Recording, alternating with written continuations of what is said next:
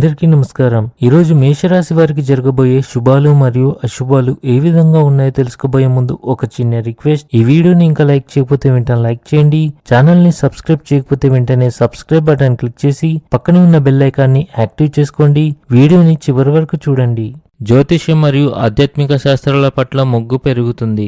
ఈరోజు మీ అత్తమామల కుటుంబ సభ్యుల నుండి మీకు కొంత డబ్బు అందే అవకాశాలు ఉన్నాయి. ఉద్యోగస్తులు ఆకస్మికంగా విహారయాత్రలకు వెళ్లాల్సి రావచ్చు.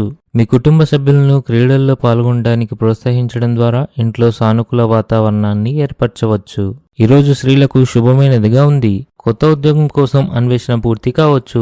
కోపం ఆలోచన శక్తిని తగ్గిస్తుంది కనుక ప్రశాంతతతో పరిష్కార మార్గాలను వెతకండి. మీ కీలక నిర్ణయాలు అనేక మంది జీవితాలపై సానుకూల ప్రభావం చూపుతాయి కనుక వాటిని జాగ్రత్తగా చేయండి. పెద్దలకు పిల్లల వృత్తి గురించి ఆందోళన ఉంటుంది. మీరు మీ ఆరోగ్యం మరియు ఆహారపు అలవాట్లపై శ్రద్ధ వహించాలి. మీరు మీ పనులను పూర్తి చేయడానికి చాలా కష్టపడవలసి ఉంటుంది. ఆఫీసులో సహోద్యోగులతో సంయమనం మెరుగ్గా ఉంటుంది. అదృష్టం కంటే మీ కర్మను ఎక్కువగా విశ్వసించండి. మీరు చేపడుతున్న కుటుంబ కార్యక్రమాలు అందరికీ సంతోషాన్ని తీసుకువస్తాయి. ఇవి మీ ఇంటి వాతావరణాన్ని ఉల్లాసభరితంగా మారుస్తాయి.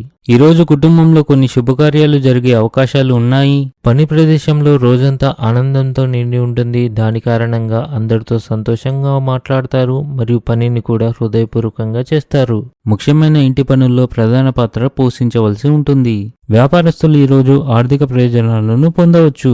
మీ శ్రమ మరియు నిబద్ధతను గుర్తించడం ద్వారా అధికారులు మీకు సంస్థలో మంచి అవకాశాలు అందించగలరు. ఇంటిలో ఏర్పాట్ల విషయంలో మీలో కొంత టెన్షన్ ఉండవచ్చు. ఆర్థిక విషయాలు లాభాలు వచ్చే అవకాశాలున్నాయి. అయితే ఖర్చులపై నియంత్రణ అవసరం. పనిచేసే వ్యక్తులు ఉద్యోగంలో సమస్యలు ఎదుర్కొంటారు. మీరు మీ ఆహారంపై ప్రత్యేక శ్రద్ధ వహించాలి, లేకపోతే మీ ఆరోగ్యం క్షీణించవచ్చు. ఈరోజు అదృష్ట సంఖ్య వచ్చేసి 1. ఈరోజు అదృష్ట రంగు వచ్చేసి తెలుపు రంగు. ఈ విధంగా ప్రతిరోజు మీ రాశి ఫలాలను తెలుసుకోవాలంటే ఈ వీడియోని లైక్ చేసి మీ మిత్రులందరికీ షేర్ చేయండి. ఛానల్ని తప్పకుండా సబ్స్క్రైబ్ చేయండి.